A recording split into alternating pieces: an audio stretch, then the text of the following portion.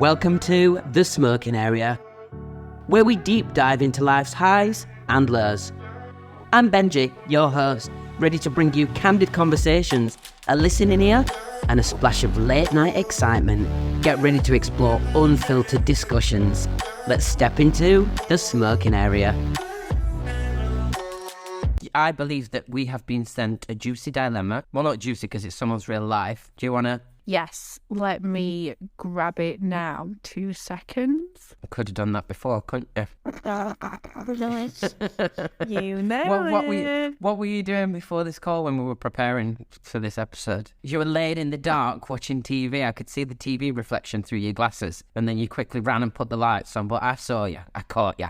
Yeah, I was eating my pasta and I was watching TV. What were you watching? I was watching the new game show Cheat on Netflix I've not with seen Danny Dyer. that. Ooh, come on, dilemma. Anyway, okay, dilemma. So a guy sent this in to us. I just broke up with my partner.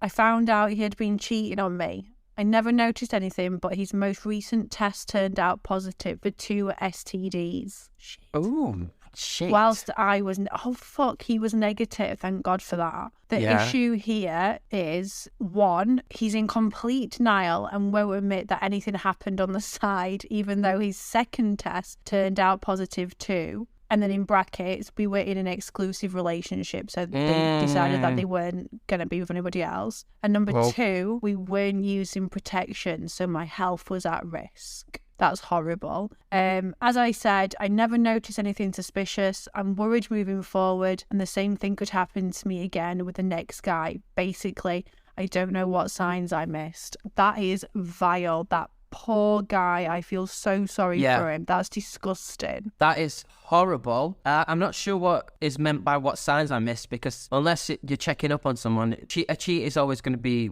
is always going to try and be as smart as they can.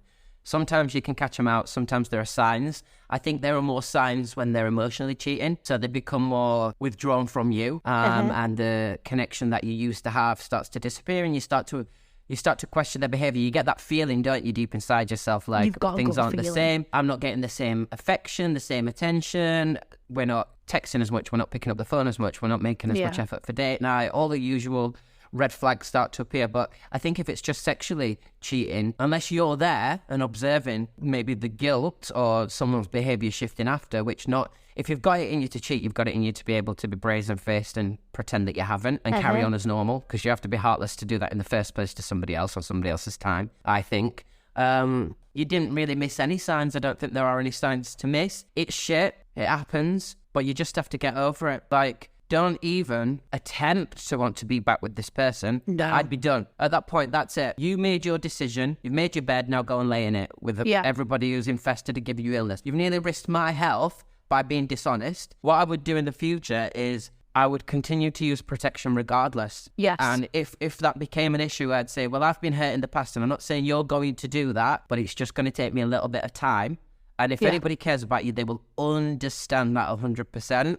As for being afraid to get into something moving forward, well, you can't do that. That's not fair. You can't judge other people on somebody else's behaviour. It's just not fair. And if you're damaged by it, then be single until you're ready to be over that. But if you are worried about what's going to happen next and you have that fear, you need to be by yourself. You're not in a position to start looking for anything else, because you're just going to transfer that trauma onto the next person, and it's not fair. We've all been there, where we're getting accused of something because of somebody else's past and they're hurt, and their baggage, it's not our baggage to carry. So unless you're willing to trust someone 100%, the saying is, if you don't have to trust, you don't have anything. Isn't that the saying? Without something trust, you've got nothing. Yes, something like that.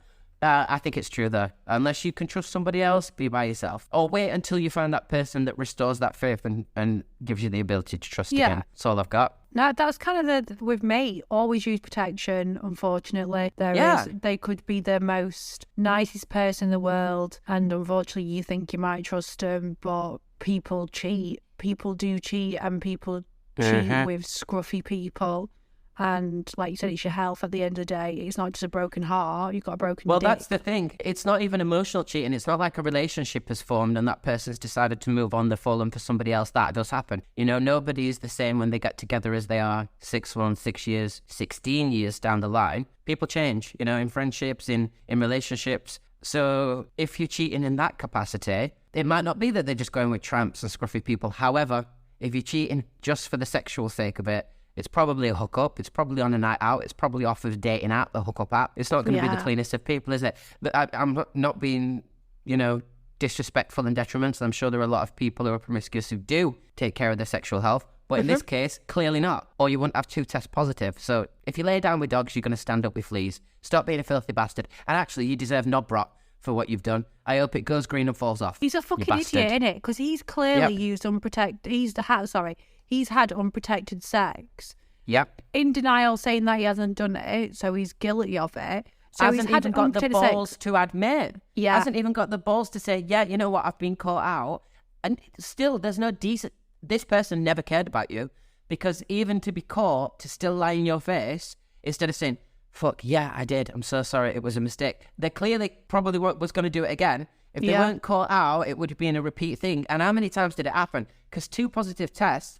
How many people do you have to sleep with to get... Exactly. You know what I mean?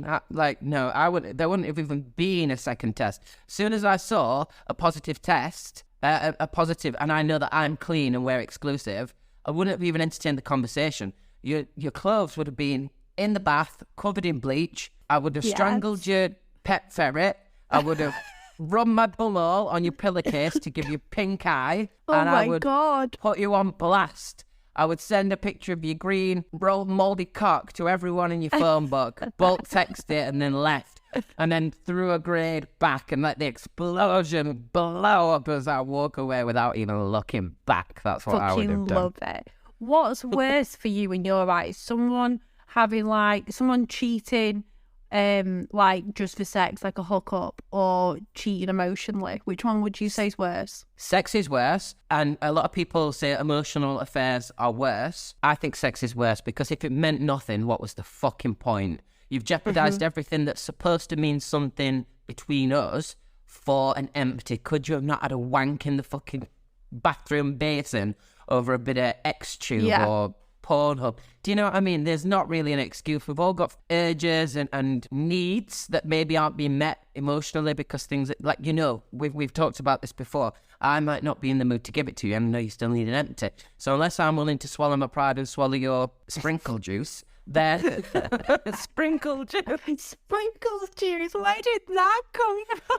I don't know. I wanted to say spoojizzacum, but sprinkle juice came out. Spoojizzacum. If I can't do it, then I'm going to turn a blind eye at your browsing history and let you do what you need to do. But you don't need to go and stick it in someone else. That's disgusting. Yeah. And if someone cheats emotionally, well, they're falling for another person. I can forgive that. If they want to go and pursue that, and you've just drifted apart and they've met someone else, well, it's not, I don't own your feelings and I don't own your heart. Two people choose to be together, and if that's not there anymore for you, let me know. Yeah. And you go and be with that person and have a good crack at it. It's good. I think emotional cheating hurts more, but I can accept more long term, because I agree with that. The sexual one, I'd just be like, why? And then if we ever tried to, I would never try to carry on. But if you did, I'd be like, you've been in someone else. Are you thinking about someone else while you're in me? What did they moan like? What did they feel like? Like, no, not for me. I would be done and dusted. Kippers and custard, darling. Yeah, absolutely. No, I agree with that. Emotionally, you can kind of get away. You not get away with it, but you can kind of understand, like, they like someone else. I wasn't for them. It's shit. Yeah. Just to fuck. It's just, what's why? The fucking point? Why jeopardize our feelings for an empty? It's just a wank with no hands, isn't it? In that case, because you're just doing it for needs must, for the physicality of it. No, I'm not down with that. So yeah, I'd just say, in future, you didn't miss any signs. You've got to learn to love again.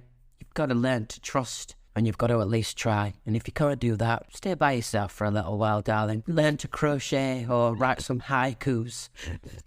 Do you know what I mean? Bake some bread. Bake some banana bread. We all did that in the Panny D. Bake some banana bread.